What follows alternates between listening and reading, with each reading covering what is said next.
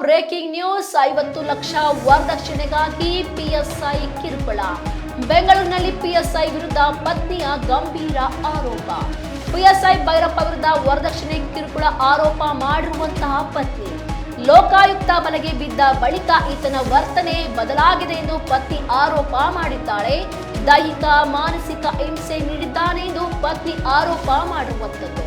ಸಾಮಾಜಿಕ ಜಾಲತಾಣದಲ್ಲಿ ಹಲವು ಯುವತಿಯರಿಗೆ ಮದುವೆ ಆಮಿಷವನ್ನು ಒಡ್ಡಿದ್ದಾನೆ ಎಂದು ಆರೋಪ ಮಾಡಿರುವಂತದ್ದು ಪತ್ನಿ. ಇನ್ನು ಪ್ರಶ್ನಿಸಿದ ಪತ್ನಿ ಮತ್ತು ಮಾವನ ಮೇಲೆ ಮಚ್ಚಿನಿಂದ ಹಲ್ಲೆ ಮಾಡಿರುವಂತಹ ಪಿಎಸ್ಐ ಭೈರಪ್ಪ ಈ ಬಗ್ಗೆ ಕೆಂಗೇರಿ ಠಾಣೆಯಲ್ಲಿ ದೂರು ದಾಖಲಿಸಲು ಹೋದಂತಹ ಸಂದರ್ಭದಲ್ಲಿ ಯಾವುದೇ ರೀತಿಯಾಗಿ ಸ್ಪಂದನೆ ಕೊಟ್ಟಿಲ್ಲ ಅಂತ ಅಂದು ಪತ್ನಿ ತಿಳಿಸಿರುವಂತದ್ದು. ಈ ಬಗ್ಗೆ ಎನ್ಸಿಆರ್ ದಾಖಲಿಸಿ ಕೈ ತೊಳೆದುಕೊಂಡಿದ್ದಾರಾ ಎಂಬ ಪ್ರಶ್ನೆ ಈಗ ಮೂಡ್ತಾ ಇರುವಂತದ್ದು.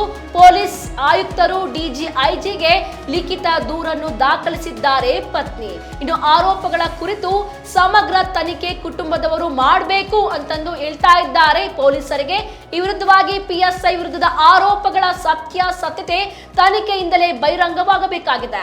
5 ವರ್ಷಗಳ ಹಿಂದೆ ಗೀತಾ ಮತ್ತು ಸಬ್ ಇನ್ಸ್ಪೆಕ್ಟರ್ ಭೈರಪ್ಪ ವಿವಾಹವಾಗಿದ್ರು. ದಂಪತಿಗೆ 3 ವರ್ಷದ ಹೆಣ್ಣು ಮಗು ಕೂಡ ಆಗಿತ್ತು. ಆರಂಭದ 3 ವರ್ಷ ಸಂಸಾರ ಸುಗಮವಾಗಿದ್ರು. ನಂತರ ಪರಿಸ್ಥಿತಿ ಸಂಪೂರ್ಣವಾಗಿ ಬದಲಾಗಿದೆ. ಉದ್ಯಮಿಯೊಬ್ಬರಿಂದ ಲಂಚ ಸ್ವೀಕರಿಸಿದಂತ ವೇಳೆ ಲೋಕಾಯುಕ್ತರ ಬಲೆಗೆ ಬಿದ್ದು ಭೈರಪ್ಪ ಅಮಾನತುಗೊಂಡ. ನಂತರ ತನ್ನ ವಿರುದ್ಧದ ಭ್ರಷ್ಟಾಚಾರ ಪ್ರಕರಣ ಮುಚ್ಚಿ ಹಾಕಲು ತವರು ಮನೆಯಿಂದ 50 ಲಕ್ಷ ರೂಪಾಯಿ ತರುವಂತೆ ಪತ್ನಿಗೆ ನಿರಂತರ ಒತ್ತಡ ಹಾಕಿ ದೈಹಿಕ ಹಾಗೂ ಮಾನಸಿಕ ಕಿರುಕುಳ ನೀಡುತ್ತಿದ್ದ ಎಂದು ಆರೋಪಿಸಲಾಗಿದೆ. ಇದರ ಜೊತೆಗೆ ಸಾಮಾಜಿಕ ಜಾಲತಾಣಗಳಲ್ಲಿ ಯುವತಿಯರೊಂದಿಗೆ ಸಂಪರ್ಕ ಬೆಳೆಸಿ ಮದುವೆಯಾಗುವುದಾಗಿ ನಂಬಿಸುತ್ತಿದ್ದ.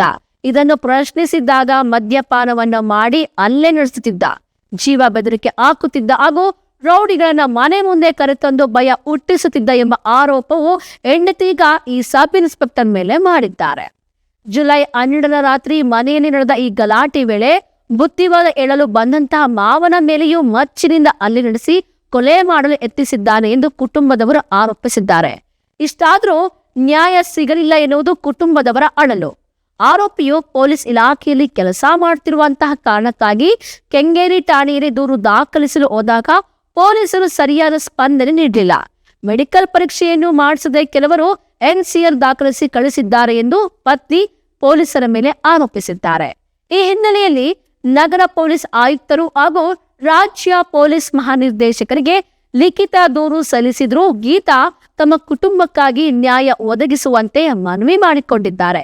ಪೊಲೀಸ್ ಅಧಿಕಾರಿಯ ವಿರುದ್ಧವೇ ಇಂತಹ ಗಂಭೀರ ಆರೋಪಗಳು ಕೇಳಿ ಬಂದಿರುವುದು ಹಲವು ಪ್ರಶ್ನೆಗಳನ್ನ ಹುಟ್ಟು ಹಾಕ್ತಾ ಇದೆ. ಪತ್ನಿ ಮಾಡಿರುವಂತಹ ಆರೋಪಗಳ ಸತ್ಯಾಸತ್ಯತೆಯನ್ನು ತನಿಖೆ ಮೂಲಕವೇ ಪೊಲೀಸರು ಸ್ಪಷ್ಟಪಡಿಸಬೇಕಾಗಿದೆ. ಇನ್ನು ಪ್ರಕರಣದ ಕುರಿತು ಇಲಾಖೆಯು ಮುಂದಿನ ದಿನಗಳಲ್ಲಿ ಯಾವ ರೀತಿಯಾದಂತಹ ಕ್ರಮವನ್ನ ತೆಗೆದುಕೊಳ್ಳುತ್ತೆ, ಇನ್ನು ಗೀತಾ ಎಂಬ ಈ ಮಹಿಳೆಗೆ ನ್ಯಾಯ ಒದಗಿಸಿಕೊಡುವಂತಹ ಕೆಲಸನ ಮಾಡ್ತಾರೆ ಎಂಬುದನ್ನ ಕಾದು ನೋಡಬೇಕಾಗಿದೆ.